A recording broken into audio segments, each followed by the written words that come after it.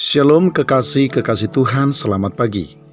Firman Tuhan di dalam Mazmur pasal yang ke-27 ayat yang keempat berkata, "Satu hal telah kuminta kepada Tuhan, itulah yang kuingini, diam di dalam rumah Tuhan seumur hidupku, menyaksikan kemurahan Tuhan dan menikmati bait-Nya."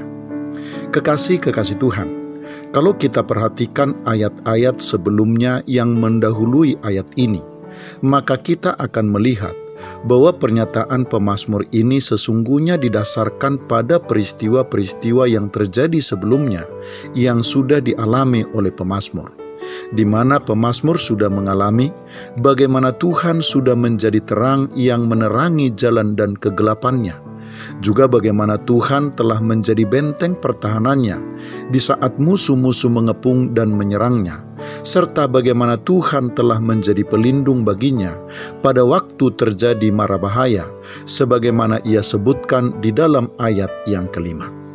Dengan demikian, kekasih-kekasih Tuhan, bisa dipastikan keinginan dan hasrat untuk diam di rumah Tuhan, atau kerinduan serta hasrat untuk selalu ada di dalam hadirat-Nya, hanya akan lahir dan tumbuh jika seseorang sudah mengalami Tuhan dan pertolongan-Nya.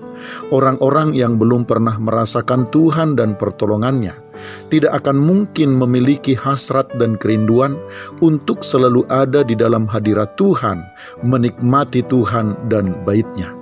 Karena itu, kekasih-kekasih Tuhan, belajar menikmati Tuhan dengan membangun kesadaran bahwa sesungguhnya Tuhan selalu ada dan selalu terlibat di dalam segala sesuatu yang terjadi dan yang kita alami di dalam hidup kita, menjadi sangat perlu untuk kita bangun. Kita harus belajar menyadari keterlibatan Tuhan di dalam segala sesuatu yang terjadi dan yang kita alami di dalam hidup kita. Karena kesadaran itu akan membawa kita kepada pengakuan, dan pengakuan terhadap keterlibatan Tuhan di dalam segala sesuatu yang terjadi atas kehidupan kita, pada akhirnya akan membawa kita kepada kemampuan untuk mulai merasakan Tuhan di dalam hidup kita. Saat kita sudah mulai bisa merasakan keterlibatan Tuhan di dalam hidup kita, maka kerinduan akan hadirat-Nya, akan bait-Nya, dan terhadap pribadinya akan lahir dan tumbuh di dalam hidup kita, bahkan akan membuatnya menjadi salah satu kebutuhan hidup kita yang harus kita penuhi. Selamat pagi, Tuhan Yesus memberkati. Shalom.